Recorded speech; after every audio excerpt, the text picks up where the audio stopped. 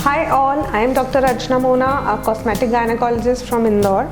और आज जिस टॉपिक के बारे में मैं बात करना चाहती हूँ वो बहुत ही कॉमन समस्या है जिसका नाम है वजाइनल डिस्चार्जेस, यानी कि वजाइना में इन्फेक्शंस।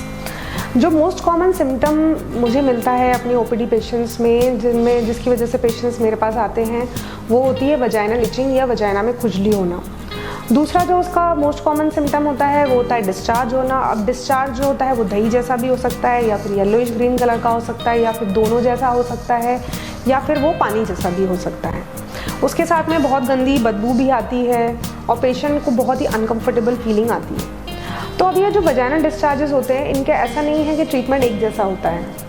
सबके ट्रीटमेंट्स अलग अलग होते हैं क्योंकि इनकी डायग्नोसिस भी अलग अलग होती है। अगर किसी पेशेंट को खुजली है और साथ में दही जैसा कर्डी वाइट डिस्चार्ज है तो वो हमें बताता है कि वो एक कैंडिडियासिस है। कैंडिडियासिस एक फंगल इन्फेक्शन होता है जिसमें हम कुछ एंटीफंगल ड्रग्स देते हैं, जिसमें ओरल भी होती है और वो वजाइनल एप्लीकेशंस के लिए भी होती हैं, कुछ क्रीम्स भी होती हैं। दूसरा, अगर पेशेंट को ट्राइकोमोनियासिस है तो पेशेंट को इचिंग भी होगी और साथ में येलोइश ग्रीन कलर का डिस्चार्ज भी आएगा।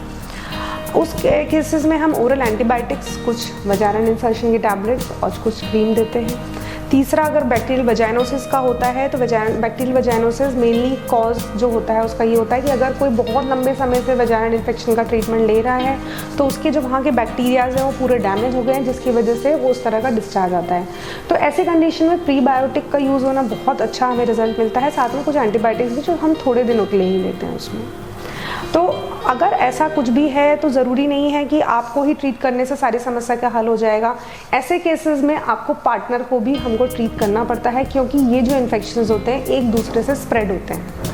अगर हमने सिर्फ पेशेंट को ट्रीट किया, सिर्फ फीमेल को ट्रीट किया और मेल को ट्रीट नहीं किया, तो ये जो ट्रीटमेंट के बाद अगर रिलेशन बनता है तो वो ये जो इन्फेक्शंस होते हैं मेल से फीमेल को वापस ट्रांसफ़र हो जाता है। और ऐसे पेशेंट हमारे पास बार बार ये बोल के आते हैं कि मैडम ये इन्फेक्शन हमको बहुत जल्दी ही वापस से हो जाता है ट्रीटमेंट के बाद भी।